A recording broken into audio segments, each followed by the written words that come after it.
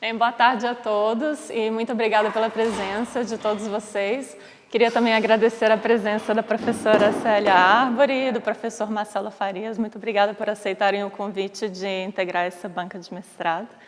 E muito obrigada também ao professor Cláudio Portugal por toda a orientação e o apoio durante esse período do mestrado. Bem, então eu gostaria de começar apresentando dois conceitos que estarão presentes durante toda essa palestra de hoje. Então, nós temos a indução e a dedução. A indução vai do particular para o geral, enquanto a dedução vai do geral para o particular. Por exemplo, quando um artista começa a trabalhar com material sem ter uma forma pré-figurada na cabeça, e ele vai experimentando, sentindo o que dá para fazer, o que não dá para fazer, e a partir disso ele vai tendo ideias, essa é uma abordagem indutiva, porque não se prefigurou a forma para depois executá-la. Já um arquiteto, ele costuma começar com uma forma geral daquilo que ele vai projetar, e é a partir disso que ele vai então definir os detalhes ou as instâncias particulares do projeto. Então, percebemos que haveria essa diferença entre essas duas formas de se proceder. Um outro exemplo seria olharmos a diferença entre Brasília e a Rocinha. Brasília é uma cidade que foi projetada com base em um formato estruturado em dois eixos que formam uma imagem semelhante àquela de um avião. Então, partiu-se dessa forma geral e depois definiu-se as instâncias particulares ou os setores da cidade. Já a Rocinha, a gente percebe que o formato da Rocinha, ela veio como consequência de instâncias particulares que foram ocorrendo ao longo do tempo, ou seja, das residências que foram se formando, e essas instâncias particulares, se unindo umas às outras, chegaram então a essa forma geral. Então, a gente percebe que Brasília é um exemplo de um processo dedutivo, enquanto a Rocinha seria um bom exemplo do que seria um processo indutivo, que vai das partes para o todo. Então, nós percebemos que tanto a indução quanto a dedução, elas estão presentes no raciocínio, em processos como geral, mas também em processos criativos. Mas o que eu quero dizer com processos criativos? A criatividade seria aquela capacidade de gerar ideias, de conceber formas, de prefigurar e também de projetar soluções que não existiam. Mas eu chamo a atenção que para algo ser considerado criativo não basta ele simplesmente ser novo, ele precisa ser adaptado ao contexto no qual ele se insere, ou seja, ele precisa fazer sentido dentro daquela proposta que ele propõe. E os processos criativos, tanto os indutivos quanto os dedutivos, eles estão presentes em diversas atividades humanas. Então, eles vão desde a ciência, as engenharias, a arquitetura, as artes plásticas, o teatro, a literatura, enfim. Essa apresentação de hoje, ela vai focar em 4 campos. Então, as artes plásticas, o design, o artesanato e a arquitetura. E por que esses 4 campos? Bem, eu estou inserida em um programa de pós-graduação de design, então nós escolhemos campos que estão centrados em linguagens visuais, mas que também se relacionam ao campo do design. Então, com base em tudo isso, eu apresento para vocês hoje a minha pesquisa de mestrado sobre processos criativos de natureza indutiva em atividades conceptivas de design, arquitetura, artes plásticas e artesanato. A apresentação de hoje está subdividida em 6 partes.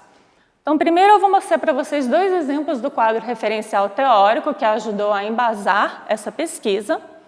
Eu vou passar pela questão fundamental, ou seja, o problema de pesquisa, o qual se subdivide em 5 subproblemas. Também irei apresentar um pouco do método científico utilizado, os resultados a que se chegou e, por fim, as conclusões. Então, começando pelo quadro referencial teórico, eu vou apresentar para vocês um trechinho de uma entrevista com o Gerhard Richter, que é um ex-aluno da Bauhaus, e também um trechinho de uma entrevista com o poeta e escritor Ferreira Goulart. Então, começando com o trechinho da entrevista com o Richter, ele está explicando como eram umas atividades que eles chamavam de playing sessions, ou seja, sessões de experimentação que ocorriam na Bauhaus. Então, a entrevistadora pergunta: você se refere às sessões de experimentação na Bauhaus? Eram sessões direcionadas ou você simplesmente ia? Ele: não, você simplesmente ia. Se você chegava lá, por exemplo, deprimido, você pegava um pedaço de madeira e ficava feliz porque ninguém te pressionava. Ninguém dizia para fazer alguma coisa. Tá, mas você podia escolher os materiais com os quais gostaria de trabalhar? Qualquer coisa. Você tinha que produzir algo toda vez que você ia? Não, de jeito nenhum, nada. Então, nunca era resolução de problema? Nunca havia pressão. E essa era a única brincadeira que eu amava, quando eu não tinha que fazer algo, mas eu fazia alguma coisa. Então, eu queria chamar a atenção para uns trechinhos. Vejam como ele fala que ninguém dizia que era para fazer alguma coisa. Nunca era uma questão de resolução de problemas. Não tinha pressão. Mas era justamente quando ele não tinha que fazer nada e ele fazia alguma coisa que ele curtia o que ele estava fazendo. E aí eu queria também explicar para vocês que dessas brincadeiras aparentemente despretensiosas, muitos alunos desenvolveram projetos que inclusive foram patenteados e vendidos no mercado por muitos anos. Então a gente percebe que essa ideia de trabalhar de uma forma um pouco mais indutiva, sem se prefigurar o que vai fazer, pode trazer resultados muito proveitosos. E aqui eu trago um trechinho de uma entrevista com o Ferreira Goulart, no qual ele explica o que seria, talvez, um possível processo de se pintar um quadro. Eu vou tocar o trechinho da entrevista para vocês e vocês podem ir acompanhando aqui com o texto. Se um pintor ele tem uma tela em branco, né? Ele vai pintar um quadro, mas ele não sabe o que ele vai pintar, porque o quadro não existe.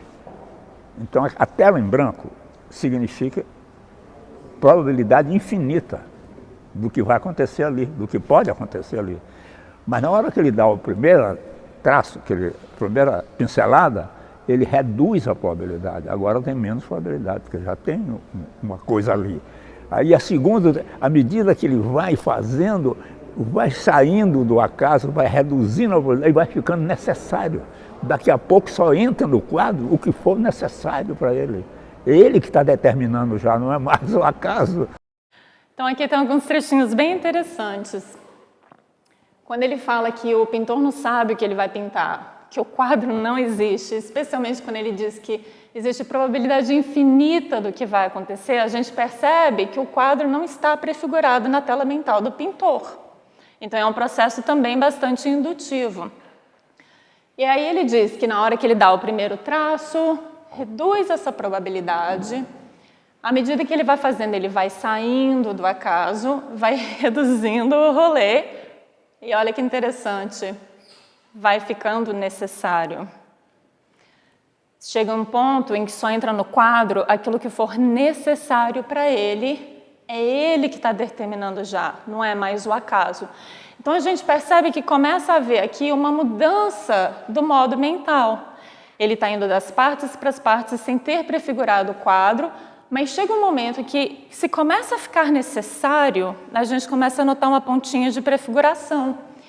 Quando é o quadro que está determinando, ou seja, quando o pintor está olhando para o quadro e a partir do que está acontecendo ali, naquele plano geral, ele vai determinar os próximos passos, ainda que talvez ele não tenha ali definido exatamente o que ele vai pintar, mas a gente vê que começa a rolar uma dialética entre essa indução que vai do particular para o geral e do geral que vai para o particular, que seria do quadro para a próxima pincelada.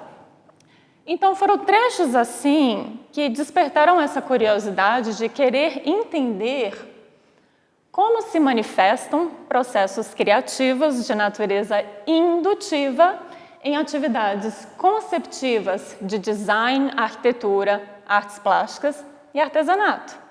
O problema de pesquisa aqui mostrado no seu enunciado sintético, também tem uma versão expandida. Então, vamos comigo. É um pouquinho longo, mas ele é bem completo.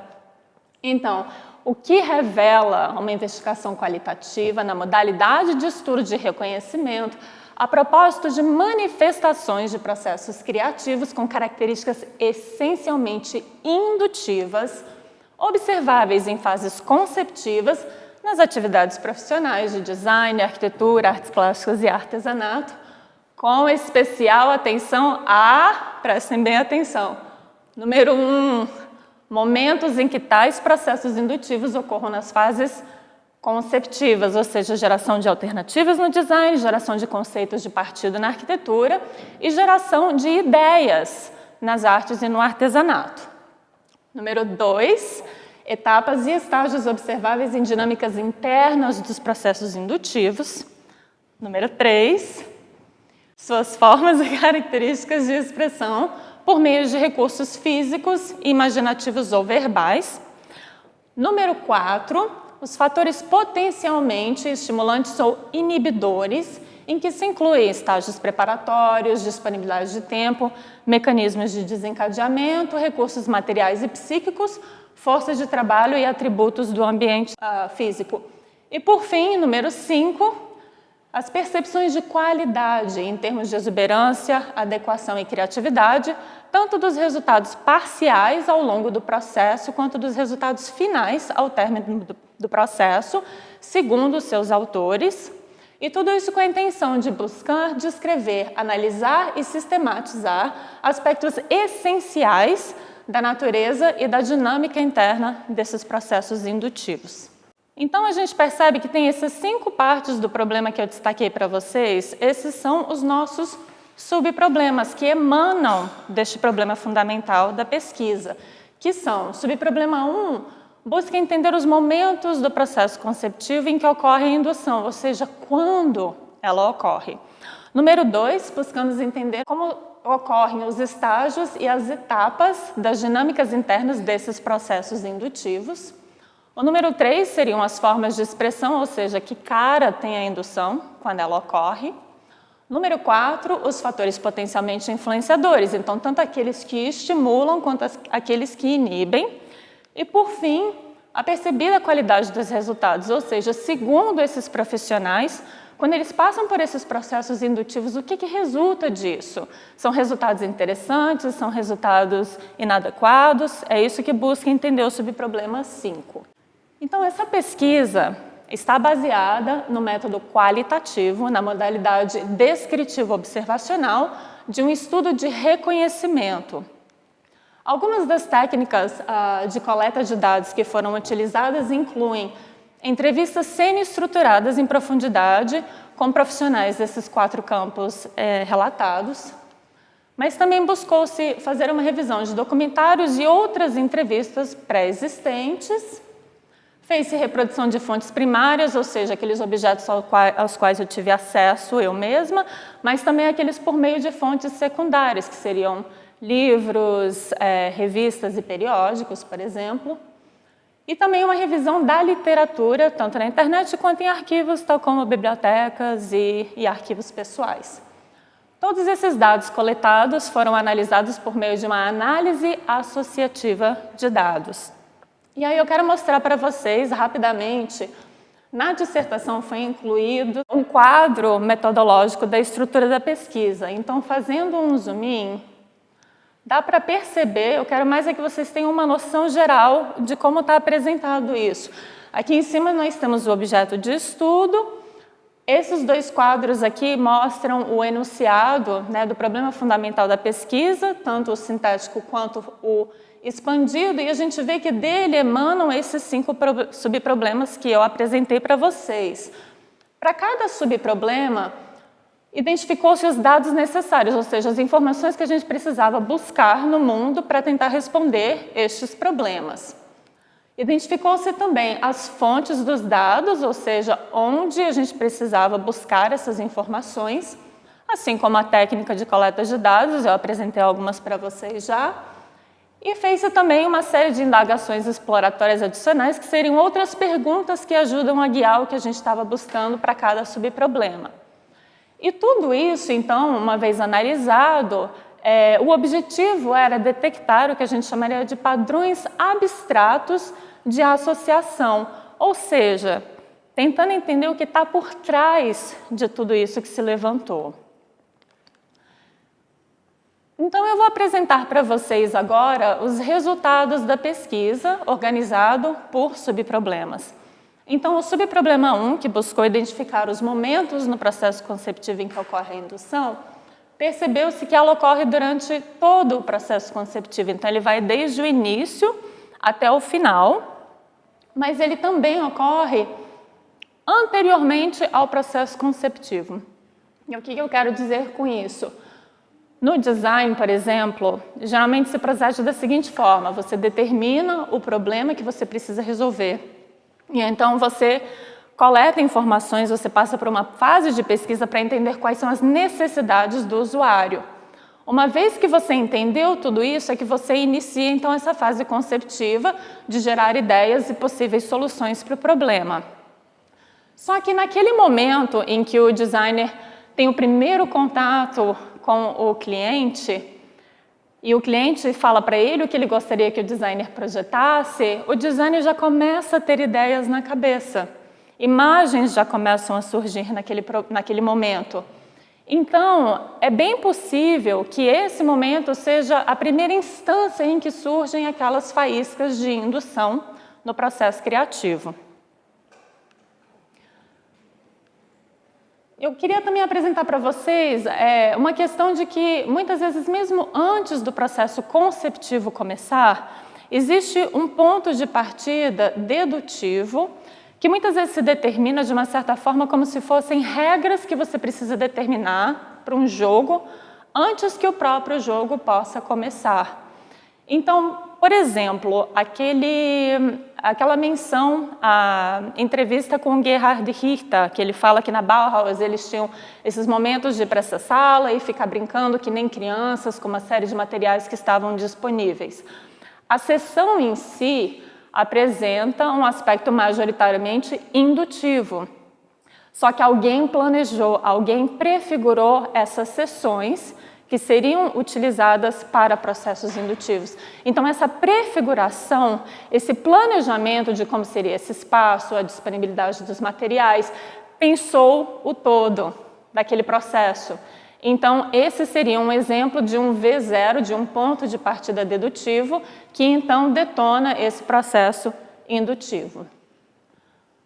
Quando começa a fase conceptiva, a gente já nota os primeiros registros físicos dos processos criativos indutivos, ou seja, os primeiros rabiscos, os esboços, os modelos iniciais. Tem uma questão interessante também com o método ágil, que é muito utilizado no design digital, que tem esse aspecto de fazer e testar com o usuário, que é um pouco assim uma tentativa e erro. Então, pegando um exemplo de um designer que vai projetar um aplicativo para o celular, ele, mesmo naquela fase em que ele está esboçando as telas que vão aparecer no aplicativo, ainda nessa fase de esboço, ele já pode programar os botões e testar com o usuário, coletar informações para ver se o aplicativo está funcionando da forma como ele imagina, e a partir disso ele vai planejar o próximo passo. Então a gente percebe que a indução se manifesta justamente no fato de que ele não prefigurou desenvolver o aplicativo inteiro para depois fazer um teste. Ele está já testando ainda naquela fase de esboço. Então, essa é uma outra forma que a indução se manifesta. E isso, curiosamente, também acontece, de uma certa forma, na arquitetura.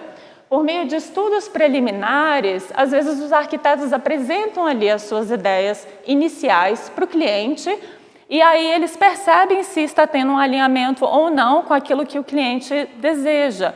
Então, novamente, a gente vê essa questão de ele estar um pouco ali tateando, tentando entender qual seria o próximo passo dele de acordo com a devolutiva do cliente. Nós vemos também nessa fase uma pesquisa interna, a fase conceptiva, sejam imagens que se coleta como referências para o que está fazendo. Nas fases intermediárias, a gente vai ver novamente mais geração de ideias alternativas. No design digital, tem mais testes com o usuário. A gente vê muito essa questão do diálogo com a matéria, então não só o que se materializa, mas a informação que se está coletando por meio daquilo que se projeta. Ocorrem também várias descobertas inesperadas ao longo do processo e rolam também alguns improvisos e adaptações. E o improviso, uma adaptação, ele não é planejado, ele não é prefigurado, então é mais uma instância de indução. E, por fim, em fases avançadas, percebe-se mais geração de ideias alternativas, só que nesse ponto já a nível de detalhe. Então, no subproblema 2, que são os estágios e as etapas de dinâmicas internas, o que se percebeu é que, ao tentar identificar essas etapas de indução, era quase impossível não identificar as etapas de dedução. E mais do que isso, percebeu-se que haviam informações muito interessantes que começavam a emergir ao observar essa dialética entre a indução e a dedução. Então, com base em várias dessas entrevistas feitas com profissionais, a gente começou a identificar que partes do relato teriam características mais essencialmente indutivas e mais essencialmente dedutivas, e procedeu-se criando uma espécie de linha do tempo. Então, vocês vejam assim, que esses retângulos ali em cima, que vão formando uma linha, seria uma espécie de linha do tempo, e a cor azul, né, que foi utilizada para demonstrar a dedução, e o laranjinha a indução. Só vou dar 2 exemplos rápidos para vocês. Esse aqui seria parte do processo criativo de um designer gráfico, do Heitor Siqueira, e ele está desenvolvendo uma marca para uma empresa. Então, tem um trechinho em que ele fala: o caminho é uma estrela. Vou fazer como? Então, se ele fala o caminho é uma estrela, ele já prefigurou que vai ser uma estrela. Não é uma estrela, um coração, talvez um círculo, né? Ele já definiu qual vai ser a forma geral. Então, quando ele fala como, ele está pensando quais vão ser os detalhes dessa estrela. Então, isso demonstra um pensamento mais dedutivo. Agora, aqui nesse trechinho em que ele diz, mas o que tem de estrela nisso? Vai ser uma forma, um caractere, uma letra, um A? Que pode ter uma coisa que lembra uma estrela, talvez uma modificação na serifa? Aqui a gente vê que ele está tateando, ele está pescando ideias, ele está considerando diversas possibilidades. Então, aqui a gente tem um pensamento majoritariamente indutivo. Então, montou-se um diagrama que mostraria todo o processo dele, assim, da fase conceptiva, ainda que baseada somente no relato dele. Eu não tive acesso à observação dos processos em curso. Mas a gente começa a perceber alguns padrões, a gente começa a ver que existe essa dialética, né? A indução e a dedução se intercalam ao longo do processo, apesar de que não é perfeitamente sempre um após o outro. Mas ele inicia o processo com um planejamento um pouco mais dedutivo e ele termina também com a dedução. Aqui nós temos o processo criativo do Ruud Peters, que é um artista joalheiro. Então, novamente, a gente vê várias instâncias de indução e dedução ao longo do processo dele e até uma certa concentração de indução ali no meio do quadro, que é quando ele está fazendo vários testes e explorando materiais para a série de joias na qual ele está trabalhando. Agora vejam o contraste entre esse quadro e o quadro do Jô Oliveira, que é um ilustrador que trabalha bastante com quadrinhos e ilustrações de livros infantis. Pelo menos baseado na entrevista com ele apresentou muitas instâncias de um pensamento majoritariamente dedutivo. Então, o interessante de montar esses esquemas é que a gente começa a perceber alguns padrões na forma de proceder de criar desses profissionais de diversos campos. Então, além da dialética entre a indução e a dedução, tem uma outra questão que se observou, em que em alguns momentos era muito difícil determinar se algo era indutivo ou dedutivo. Ele parecia, às vezes, até ser os dois ao mesmo tempo. E aí o que a gente percebeu é que a gente está olhando o processo criativo ao longo do tempo, mas que dependendo do grau do foco utilizado, padrões diferentes começam a emergir. Então, eu chamei isso na dissertação de microinstâncias, instâncias e macroinstâncias. O que eu quero dizer com isso? Por exemplo, se um pintor vai pintar um quadro, eu vou até voltar para o exemplo do Goulart, né? Em que ele vai pintando, ele vai dando as pinceladas, e à medida em que ele vai avançando, ele vai definindo o que vai ser o quadro. Essa seria uma abordagem mais indutiva, especialmente em contraste com aqueles pintores que fazem diversos rascunhos no papel, né, com lápis e papel, e aí ele desenha exatamente o que ele vai fazer no quadro, daí ele pinta. Então, o quadro, nesse caso, seria mais dedutivo. Só que quando você olha as microinstâncias desses processos, ou seja, o que está acontecendo ali a cada pincelada, né? A definição de cor, se ele vai e vem, a gente começa a ver ali microinstâncias de indução ou dedução, mesmo dentro de um processo que é majoritariamente indutivo ou dedutivo. Agora, você pega esse quadro e coloca isso dentro de uma linha do tempo de 10, 20, 30 anos na atividade profissional de uma pessoa. Outros padrões começam a emergir. Então, às vezes, um processo que inicialmente era super exploratório começa a virar uma espécie de método que ele replica ao longo da sua carreira. Então, algo que pode parecer indutivo em uma instância pode apresentar aspectos bem dedutivos a longo prazo.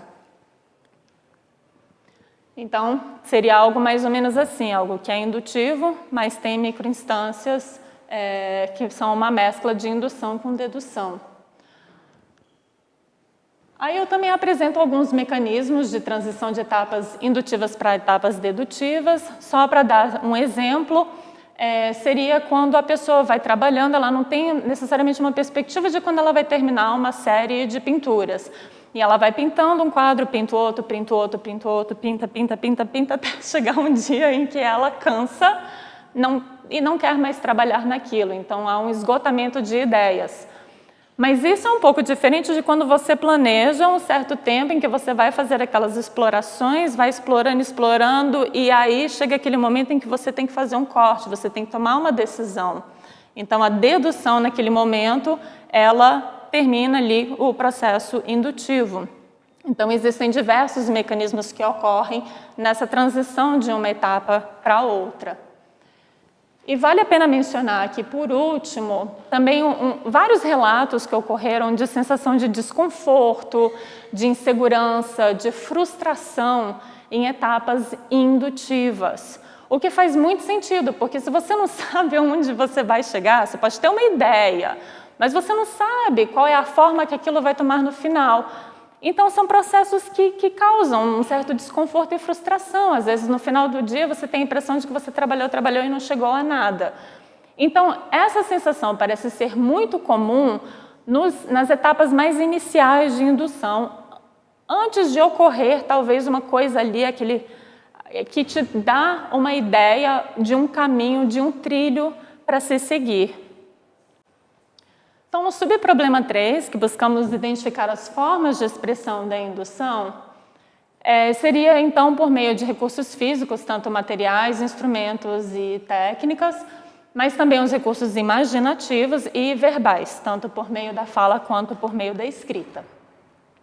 Então, os recursos imaginativos não necessariamente dependem da materialidade, porque eles podem ocorrer até mesmo antes da materialização de uma ideia.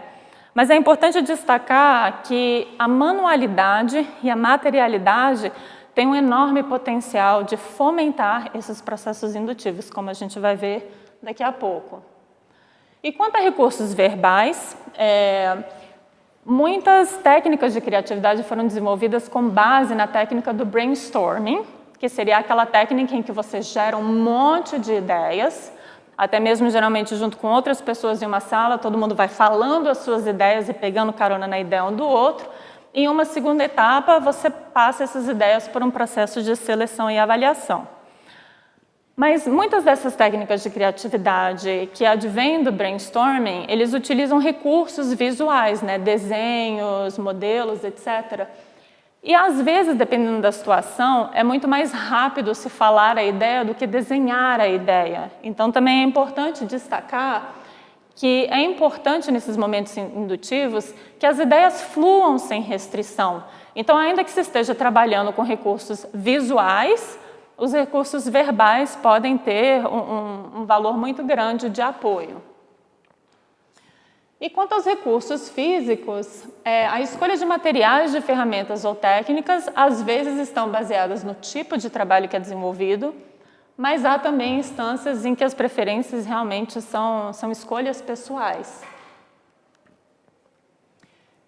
E de recursos físicos, eu gostaria de destacar a diferença entre os recursos de natureza analógica, física, ou virtual e digital. Então, falando um pouquinho primeiro sobre as escolhas dos materiais de natureza física e analógica, os respondentes geralmente diziam que eles escolhiam isso por conta da rapidez no registro de ideias e também de correções, ou seja, lápis e papel com borracha ainda é utilizado, ainda que todo mundo tenha acesso a recursos digitais. Tem também essa questão da necessidade de registrar as ideias, mas também de brincar ali com novas possibilidades. A questão do custo e a abundância do material. Se você está querendo gerar várias ideias, é bem importante que você tenha bastante material à sua disposição e que não seja necessariamente um material raro e caro, porque o preciosismo vai impedir que você crie em abundância. Então, eu trago aqui para vocês, está um pouquinho claro demais, infelizmente, alguns rascunhos, né? Eu queria mostrar um pouco dos esboços, do processo criativo dos respondentes. Esses são esboços do Joaquim Redig para um mobiliário de postos de gasolina. Então, aqui são desenhos bem simples, feitos na folha de papel mesmo, com lápis, em que ele vai estudando essas diferentes justaposições do mobiliário que ele está projetando. Aqui nós temos a maquete da arquiteta Ada Gabriela e percebam que naquela imagem, nessa daqui e nessa, a escada está em posições diferentes. Então, trabalhar com esses bloquinhos permite que ela vá meio que nesse processo de tentativa e erro, de ver qual seria a melhor disposição de cada um deles dentro do espaço projetado. Esse aqui é um exemplo dos estudos de implantação do Palácio dos Sovietes por Le Corbusier, que foi feito para um concurso na Rússia. E eu queria que vocês prestassem atenção aqui como ele está desenhando diferentes possibilidades de conexão e de justaposição entre esses edifícios que ele está projetando. Então, também é mais uma instância, um rastro de indução. E aqui também imagens de alguns dos processos do Domingos Tótora, que trabalha com papelão reciclado, então todas essas peças são feitas com papelão reciclado, e ele produz diversos tipos de objeto e mobiliário por meio de diferentes moldes, de misturas, de proporção de material com cola e etc. Então, é um processo bem experimental que explora os limites do material com o qual ele trabalha. E agora, quanto aos recursos de natureza virtual e digital, também foi relatada a necessidade de se ter facilidade e rapidez para poder gerar muitas ideias. E tem também um caso curioso de uma pessoa que trabalhava, é um artista plástico, Darlan Rosa, que trabalhava, fazia esculturas com as mãos, só que ele desenvolveu uma alergia de contato que o impediu de continuar trabalhando com esses materiais. Então, ele migrou completamente para o mundo virtual digital. E ele compartilhou comigo alguns dos esboços que ele faz no tablet celular mesmo, com uma canetinha daquelas de plástico. E a gente vê que algumas, não dessa imagem, mas os esboços, eles têm várias qualidades que se transpõem muito bem para essa superfície digital. E ele desenvolve as esculturas deles todas no AutoCAD, diretamente no AutoCAD, ele não faz esboços. E ele tem tanta facilidade com o programa que ele diz que uma escultura dessas não leva mais do que 2 horas para fazer. Agora, tem um certo componentezinho dedutivo, né, do número de facetas, assim, que ele já entendeu de projetos anteriores, mas qualquer ideia que ele tem de um recorte diferente, qualquer coisa assim, ele já corre para o computador e faz. Então, a facilidade do programa permite que ele crie diretamente no computador. E depois as esculturas são recortadas em chapa de aço e fabricadas. Então percebeu-se que haveriam dois focos diferentes nessa relação entre os processos indutivos e a materialidade. O primeiro seria de que o material, ou a ferramenta que se utiliza, deveria ser simplesmente um meio para que as ideias possam fluir sem restrição. Então, é uma questão de você transpor o que está aqui para o mundo lá fora. E o outro é a questão de você observar as especificidades daquele material. Então, é uma informação que você está coletando desse mundo, né, desse objeto, desse material utilizado, que você adquire enquanto conhecimento. E eu queria mostrar também, assim, quando você olha os rastros dos processos indutivos, haveria algumas características desses rastros de criatividade que seriam indícios de indução. Então, eu já mostrei alguns, mas eu queria repetir, assim, que as repetições com as pequenas variações mostram que a pessoa foi trabalhando por incrementos, né, nesse passo a passo. E também que composições assimétricas teriam um componente indutivo. E por que isso? Se você faz uma composição simétrica, necessariamente aquilo que você criou para esse lado vai ter que ser repetido do outro, certo? Então, se um lado determina o que vai aparecer do outro, esse seria já um componente dedutivo. Então, aqui nós temos alguns exemplos de geração de alternativas para o símbolo gráfico da marca Gillette, com diversas pequenas variações para cada ideia que eles tiveram. Tem um exemplo mais contemporâneo, que foi o redesenho para o símbolo gráfico do Instagram. Então, desde um estudo do símbolo antigo para o novo, em que se buscou identificar quais seriam os elementos principais ou essenciais desse símbolo, e aí diversas variações foram feitas em preto e branco, em peso, em cor. Nós temos também o Frank Gehry mostrando alguns dos modelos elaborados para o auditório da Disney em Los Angeles, que é um edifício de uma forma assimétrica. Então, o Frank Gehry é um grande fã de formas assimétricas.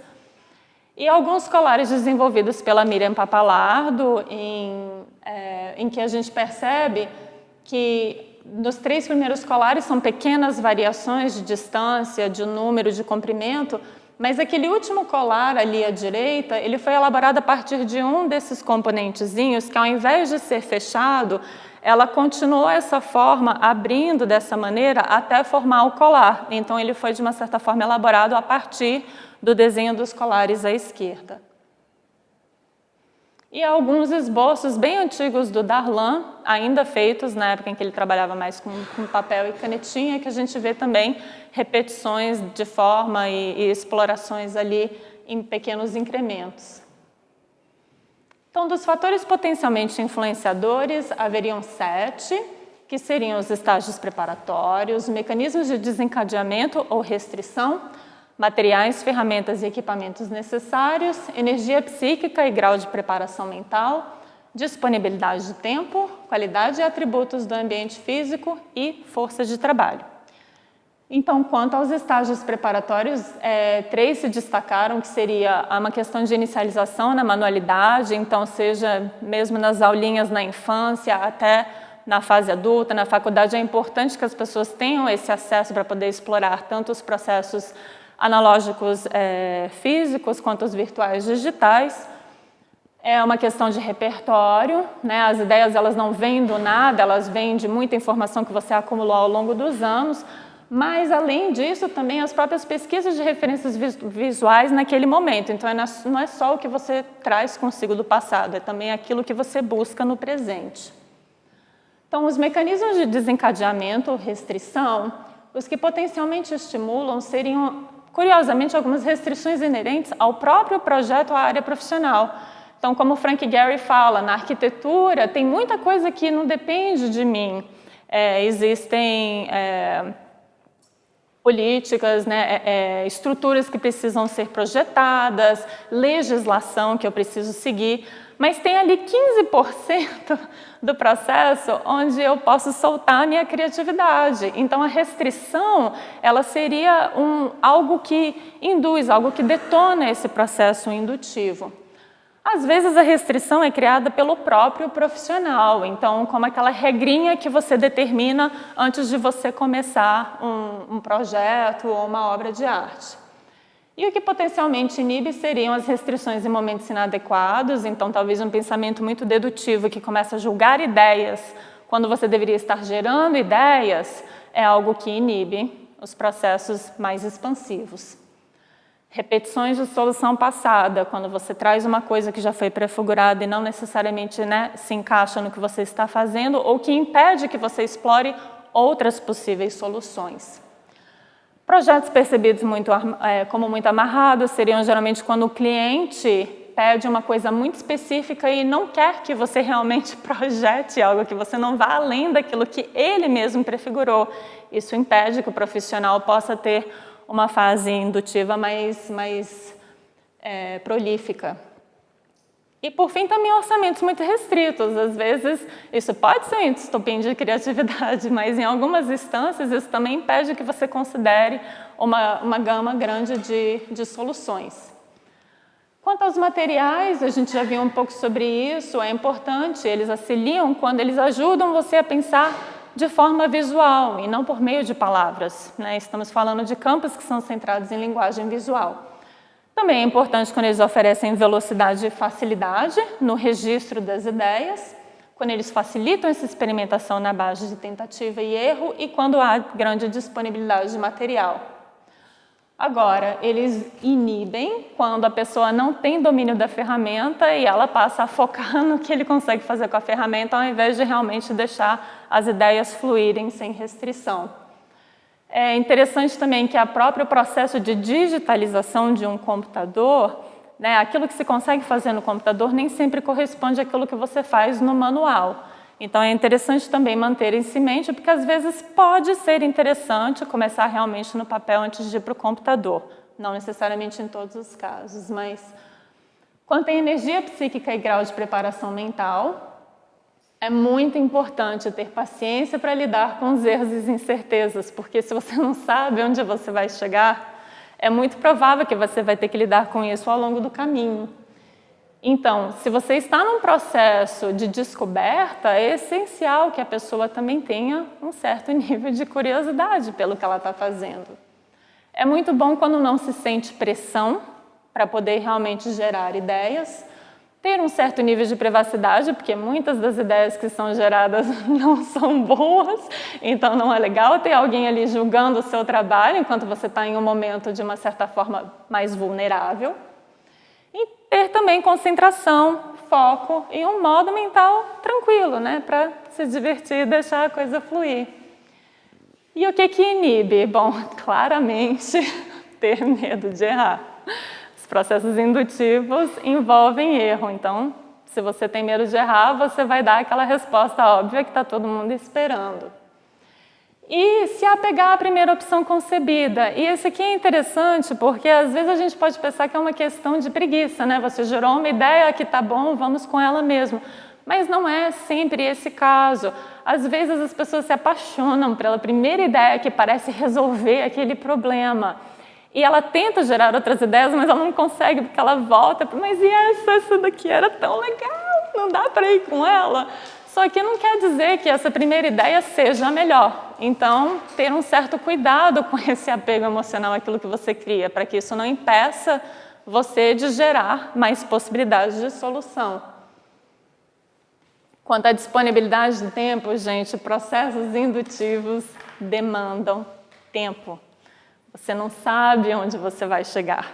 Então, você às vezes nem sabe quanto tempo vai demorar para você chegar nessa coisa que você ainda não sabe o que é. Então, isso surgiu na grande maioria dos relatos. Tempo é uma demanda necessária de processos indutivos.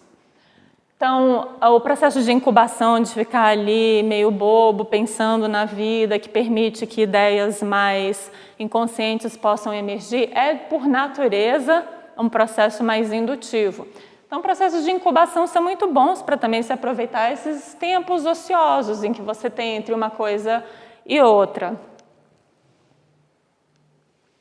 E quanto à qualidade e atributos do ambiente físico, Espaços de trabalho mais amplos parecem fomentar para que a pessoa possa sentir também essa liberdade de se espalhar, de criar e de não sentir que ela está sendo restringida de qualquer forma.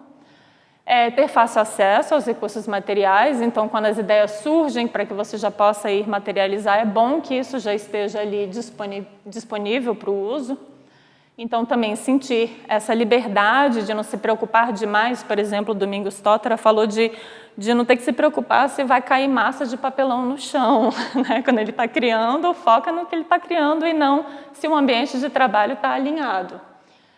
Música, em muitos casos, parece ajudar, mas existem também instâncias em que a pessoa prefere um modo mental ali mais tranquilinho, talvez um piano baixinho ou até mesmo silêncio.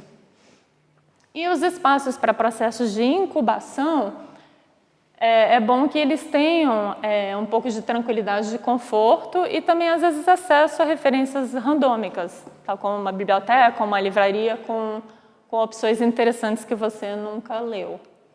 E, por fim, a força de trabalho. Foi relatada em instâncias em que as pessoas gostam de gerar ideias em grupo, mas também de forma individual, então teve os dois. Mas mesmo as pessoas que gostam de gerar alternativas em grupo, geralmente falaram, mas tem um momentinho em que eu preciso ficar sozinho. Então, ter aquele momento de introspecção me ajuda a conectar também com as minhas próprias ideias. E quanto às dinâmicas de trabalho em grupo, é importante que a equipe tenha pessoas que tenham um repertório variado, porque um repertório variado também aumentaria as chances de que ideias diferentes possam ser geradas. É importante, claro, também ter um ambiente seguro para errar e que as pessoas tenham uma relação de confiança entre elas, porque, novamente, é um processo em que se erra muito. E agora, né, chegamos ao subproblema 5, que fala sobre essa percebida qualidade. Então, foi relatado que esses processos que teriam essas características de renunciar ao controle, de sair da zona de conforto, de correr riscos e de encarar os erros com naturalidade, teriam como consequência a possibilidade de oferecer descobertas que são feitas ao longo do caminho e até mesmo de que alguns resultados seriam melhores do que quando eles não passam por esses processos. Outros já falaram que a questão da experimentação material é muito importante porque ela ajuda a expandir a compreensão sobre o que um material tem a oferecer, não só no seu caso, mas até para as outras pessoas da sua área profissional que terão acesso ao trabalho que você está fazendo. Então, eles abrem novos caminhos a serem explorados, inclusive por outras pessoas. E o que se agrega com uma coisa que é inovadora seria contribuir algo para esse repertório compartilhado dentro de um campo profissional. E se entregar ao processo, ficar brincando e remexendo nas coisas, materializar tudo o que vem à cabeça, assim como gerar um bom espectro de alternativas, pode levar as ideias mais inconscientes a emergirem. E alguns relataram que essas ideias, às vezes, são muito melhores do que aquelas que vêm de um lado um pouco mais racional. Também ajuda o profissional a ter a sensação de que ele escolheu a direção certa. Então, um exemplo de uma respondente foi que ela disse: eu posso pensar que eu estou indo no caminho certo, mas se aquele for o caminho certo das coisas que eu vi, mas eu não vi tudo, então como é que eu posso ter certeza de que eu escolhi a direção certa? E às vezes também essas soluções que você gera, quando você está gerando ali várias possibilidades, talvez elas não sejam aplicadas ao projeto de agora ou até mesmo essa instância do projeto no qual está se trabalhando. Só que quando você trabalhou toda aquela coisa que está ali em volta do problema, às vezes as soluções descartadas voltam em um problema futuro que você vai querer solucionar. Então, não é uma perda de tempo gerar mais ideias do que você utiliza. E, por fim, eu falei um pouco sobre a questão da dialética entre a indução e a dedução. Então, há aqueles momentos em que se exagera na indução em detrimento da dedução, ou se exagera na dedução em detrimento da indução. Então, quando ocorre um excesso de indução, o que pode acontecer? Uma geração de quantidade, mas com queda de qualidade. Ocorre também o risco do que você está fazendo permanecer inacabado, porque é o pensamento dedutivo que seleciona. Então, esse seria um outro problema. Além de que, quando se vai sempre da parte para parte para parte, e não se olha o todo para ver como a parte está se encaixando no todo, corre-se o risco de perder a coerência daquilo que você está projetando. Já um excesso de dedução, houve um exemplo da questão de quando se repete os elementos para ficar preenchendo vazios em um trabalho. E isso acaba tornando o trabalho repetitivo e ele cai em exuberância. Utilizar fórmulas pré-concebidas nem sempre se encaixam naquilo que você está trabalhando naquele momento, então elas se tornam também inadequadas. Às vezes é mais interessante você ir testando para ver o que realmente funciona naquilo que você está fazendo. E julgar e selecionar ideias muito cedo no processo também, já falamos sobre isso, que a dedução acaba matando a indução. Então, finalmente chegamos às conclusões do trabalho. Teve uma análise muito interessante, a gente não estava esperando, que emergiu dos próprios dados, que diz respeito ao tempo verbal que os respondentes utilizavam para descrever ações passadas. Então, o gerúndio, ele sugere um modo mental indutivo, enquanto o pretérito perfeito sugere um modo mental dedutivo. Então, o que eu quero dizer com isso? Quando o profissional fala, aí eu fui fazendo, eu fui desenhando, eu fui montando os esquemas, a gente percebe que ele está falando sobre uma ação continuada. Então, apesar do verbo não ter uma denotação de exploração, ele passa a impressão de que era um processo mais exploratório.